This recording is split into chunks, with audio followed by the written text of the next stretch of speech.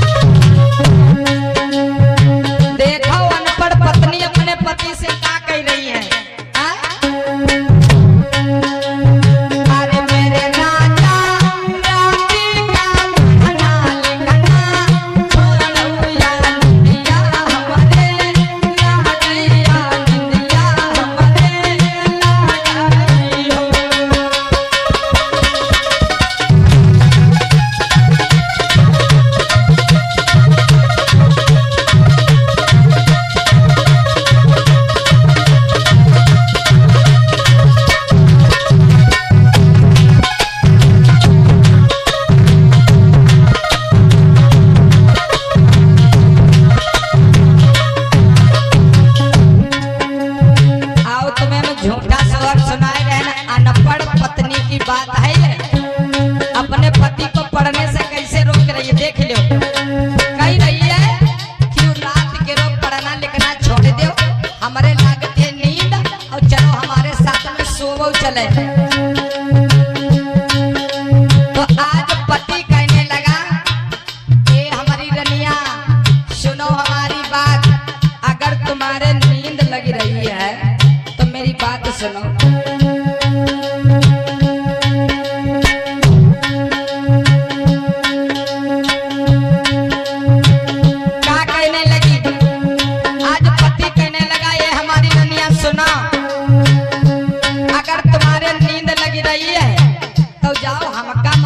पढ़ाई दो और जाओ हमारी अम्मा लगे सो जाओ जाओ अपनी सासू लगे चली जाओ जाओ। अरे मोरी रनिया अम्मा के लगे सो या निंदिया तुम्हारे ला गई निंदिया तुम्हारे ला गई हो।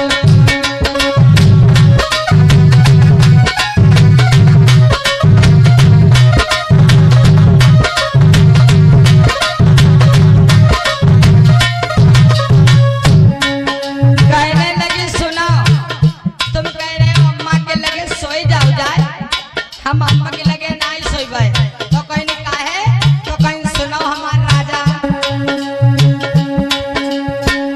अरे राजा सासू के आवई फांसी पुराना निंदिया आई ला गईया निंदिया आई ला गई हो।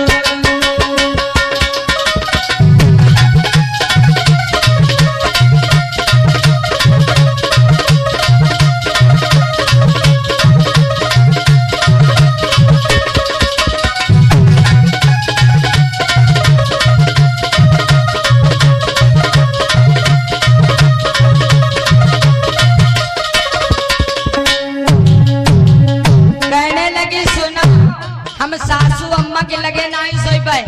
वही रात भर को खांसी खुर्रावत उनका रात भर वही भौंकती है कुतिया दिन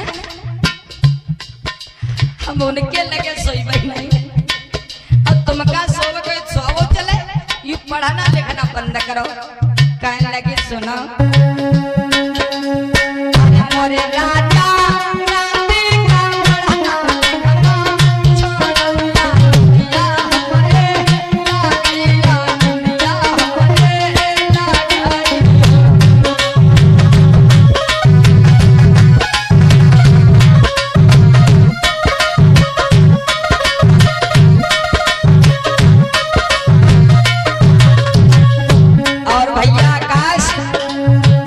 कहने लगी अच्छा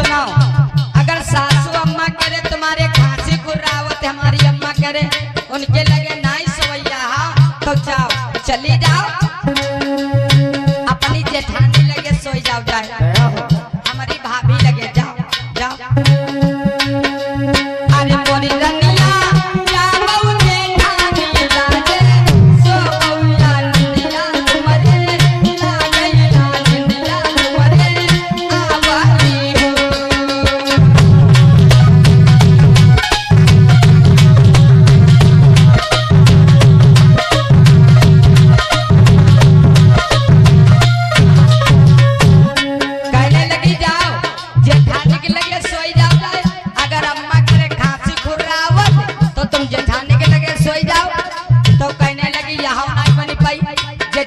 कहीं का है कहीं सुनाओ अरे मोरे राजा रोमई जेठानी के लड़का गई बच्चा नहीं इंदिया नहीं आवे नहीं इंदिया ना लागे नहीं इंदिया ना आवे नहीं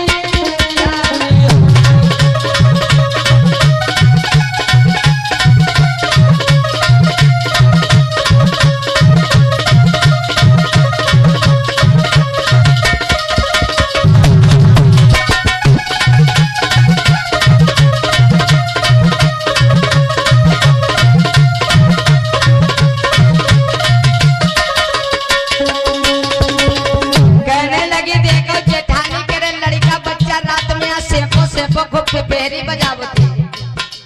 हैं वही खबर रोवती हैं और इनके लिए हमरे नींद नहीं आवत हम उनके लगे नहीं सोइए राजा रोमई जेठानी की लड़का बच्चा या निंदिया नहीं ना भैया निंदिया नहीं ना भाई हो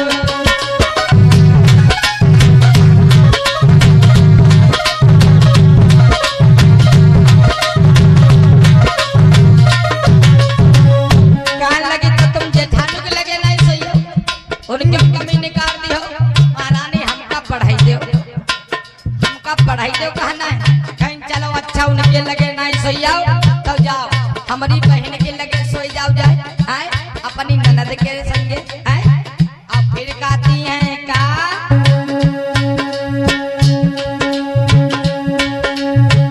अरे मेरी रनिया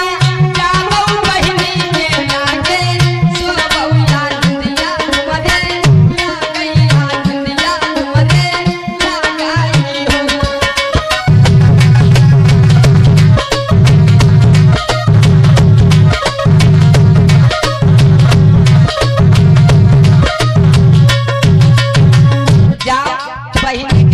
अपनी ननद करे लगे तो कहाँ लगी सुनाओ तुम कहा दो ननद के लगे सोई जाओ हमारी बात सुनाओ उनको लगे नहीं सोई कहीं लगे काहे कहीं सुनाओ अरे मोरे राजा ननद के संग सोई ननद तोहे कहाँ निंदिया हमारे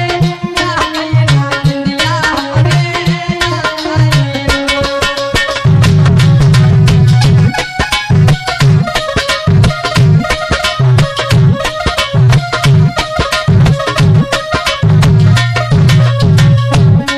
लगे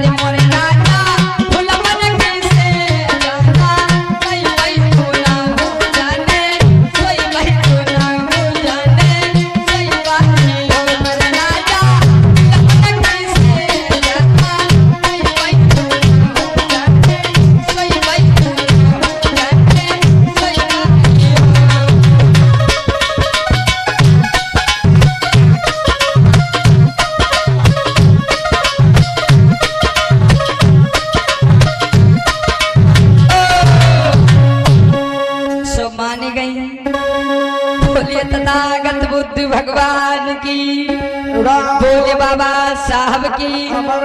तो माताओं बहनों, अगर आपके रे पिया पढ़ना चाहते तो उनका पढ़ाओ, उनका रोको ना।